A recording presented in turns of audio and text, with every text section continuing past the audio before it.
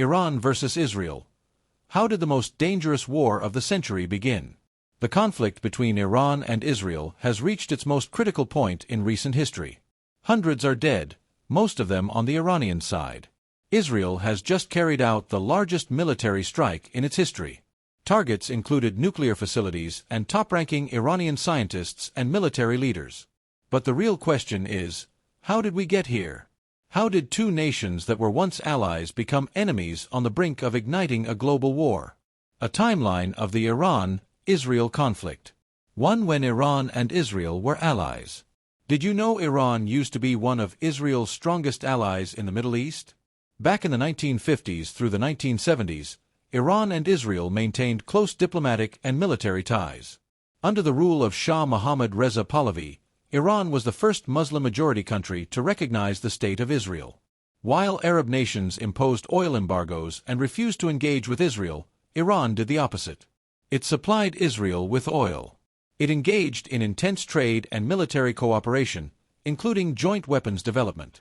For a time, the two nations stood together, isolated in the region, but united by mutual interest.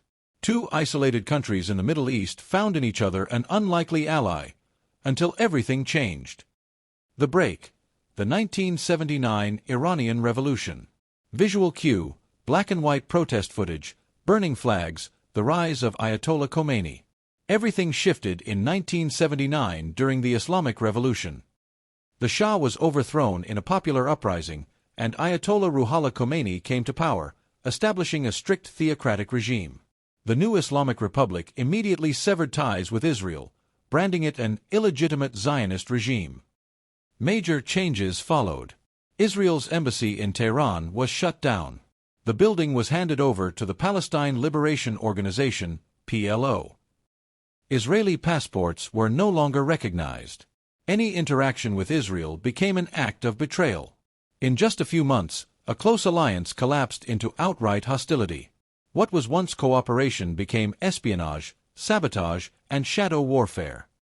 In less than a decade, Iran went from being a strategic ally to Israel's greatest regional enemy, a shift that would define Middle Eastern tensions for decades to come. Since the 1990s, Iran and Israel have been engaged in a shadow war, a cold war with deadly consequences. Bombings, espionage, assassinations of key figures. Notable incidents. The assassination of a Hezbollah leader, allegedly by Israel.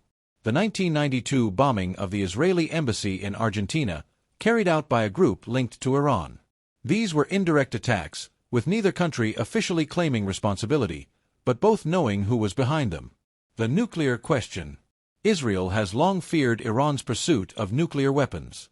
In 2015, Iran signed a nuclear deal, agreeing to halt its enrichment program in exchange for economic relief. But in 2018, President Donald Trump withdrew the U.S. from the deal, claiming Iran was still secretly developing nuclear capabilities.